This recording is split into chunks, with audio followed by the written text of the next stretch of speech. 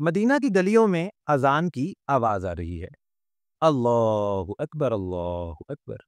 لیکن یہ اذان کون دے رہا ہے؟ آخر یہ کون سا عظیم مرتبہ شخص ہے جس کو اللہ پاک کا پیغام دینے کے لیے مقرر کیا گیا ہے؟ یہ عظیم شخص ہے حضرت بلال۔ حضرت بلال رضی اللہ تعالیٰ عنہم، جو کہ مؤذن رسول ہیں، عاشق رسول ہیں۔ لیکن آئیے آج ہم ان کی زندگی کے چند اور پہلو بھی جانتے ہیں کہ کیا یہ بلال شروع سے ایسے ہی تھے یا انہوں نے بھی بہت سی تکلیفیں برداشت کی اسلام کی خاطر۔ دراصل بلال حبشہ، موجودہ ایتھوپیا جسے آپ کہتے ہیں، وہاں کے قبیلے کے ایک نوجوان شخص تھے۔ انہیں ابو جہل کے ایک دوست امیہ بن خلف نے اپنا غلام بنایا ہوا تھا۔ جب پیارے آقا نے حضرت محمد صلی اللہ علیہ وآلہ وسلم دین اسلام کا پیغام دینا شروع کیا، لوگوں کو بتایا کہ میں اللہ کا رسول ہوں، تو بلال نے جیسے ہی سنا تو پہلی بار میں ہی انہوں نے اس پیغام کے سچے ہونے کی گواہی دی۔ بتایا جاتا ہے کہ وہ دین اسلام کے پہلے 7 لوگوں میں ہیں جنہوں نے اسلام قبول کیا تھا، اور حضرت بلال رضی اللہ تعالیٰ عنہم نے جب اسلام قبول کیا تو ان پر ہونے والی سختی ڈبل کر دی گئی، بلکہ اس سے بھی بڑھا دی گئی۔ وہ کس طرح؟ کیونکہ اس کے بارے میں کچھ لوگ یوں بتاتے ہیں کہ اس وقت جو غلام ہوتے تھے نا، وہ آج کی طرح نہیں ہوتے تھے کہ معاوضہ لیا چلے گئے آزاد ہیں، آج آپ کے پاس کام کر رہے ہیں کل نہیں ہوں گے، نہیں۔ وہ ایسے غلام تھے جو خریدے ہوئے تھے، وہ پوری زندگی اپنے اسی مالک کے پاس گزارتے تھے جب تک وہ آزاد نہ کر دیے جائیں یا کوئی خرید کر انہیں آزاد نہ کر دے۔ تو کیونکہ حضرت بلال رضی اللہ تعالیٰ عنہم اسلام کے ایک بڑے دشمن امیہ بن خلف کے غلام تھے، تو وہ ان پر بہت ظلم کرتا تھا، تپتی ہوئی زمین پر سخت گرمی میں لٹا دیتا تھا، ان کے سینے پر ایک بڑا سا پتھر رکھ دیتا تھا تاکہ مزید جلے۔ آپ توے پر کچھ تلتے ہیں نا تو اسے چمچ سے یوں دباتے ہیں تاکہ اچھے طریقے سے پک جائے۔ آپ سوچیں کہ جب حضرت بلال رضی اللہ تعالیٰ عنہم کا ننگا جسم بغیر قمیض کے، جو کمر جب اس تپتے صحرا پر پڑتی ہوگی اور اس کے اوپر مزید پتھر رکھ کر اسے دبایا جاتا ہوگا تو کتنی تکلیف ہوتی ہوگی۔ اس کے بعد وہ اس گرمی میں ریت پر انہیں گھسیٹتا تھا، وہ کوڑے بھی برساتے تھے، اور کہتے کیا تھے؟ کوئی دشمنی ایسی نہیں تھی، انہیں اسلام سے دشمنی تھی۔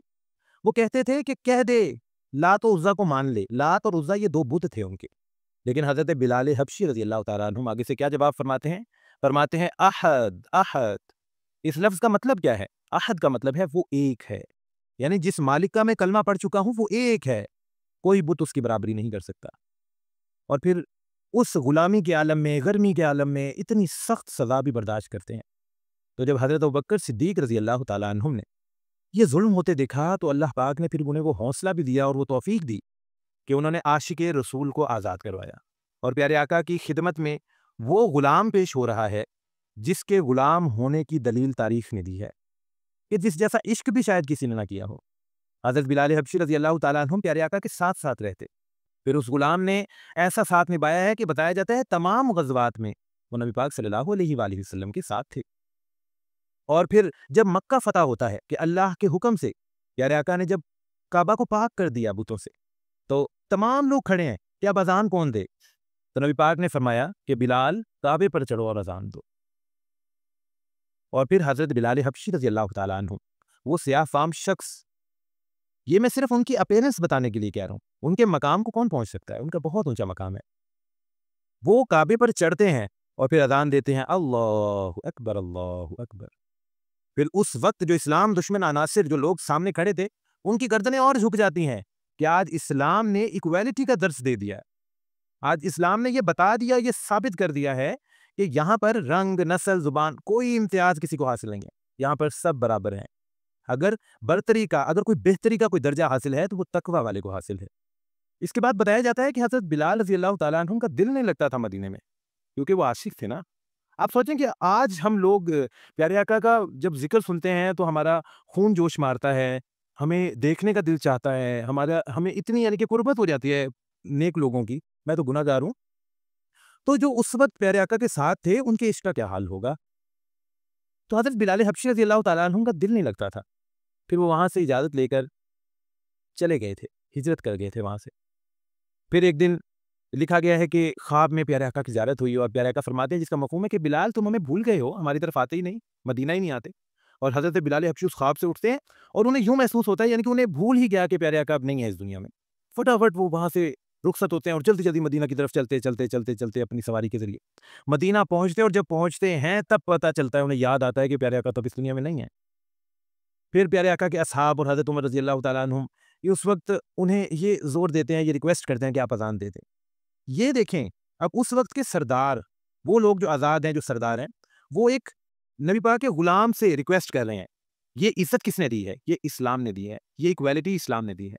حضرت بلال حبشی نہ چاہتے ہوئے بھی اذان دینے آتے ہیں اور کہتے ہیں کہ وہ جو اذان تھی نا، اسے بھی تاریخ میں لکھا گیا کہ وہ ایسی سوز والی اذان تھی کہ جب وہ اذان دی گئی نا تو لوگ گھروں سے باہر نکل آئے اور یوں محسوس ہوا کہ جیسے پیارے آقا کا دور واپس آ گیا ہے. اور اس واقعے سے ہمیں نظر آتا ہے کہ جن کو کالا رنگ دیکھ کر یا اس طرح کی اپیرنس دیکھ کر لوگوں نے، زمانے نے دھتکار دیا تھا نا، انہیں ہمارے پیارے آقا نے سینے سے لگایا ہے. آج ہم کس طرف جا رہے ہیں؟ یہ ہمیں نہیں کرنا چاہیے. ہمیں صرف یہ سوچنا چاہیے کہ ہم جس نبی کی امت ہے نا، انہوں نے بہت قربانیاں دی ہیں. ہمارے پیارے آقا کی پوری زندگی ایک کامل نمونہ ہے. ہمیں چاہیے کہ ہم اس زندگی کو اپنی زندگی کا حصہ بنائیں، ہم ان کا ذکر کریں، ان کے نقش قدم پر چلیں. اللہ پاک ہم سب کو ہدایت عطا فرما دے. آمین ثم آمین.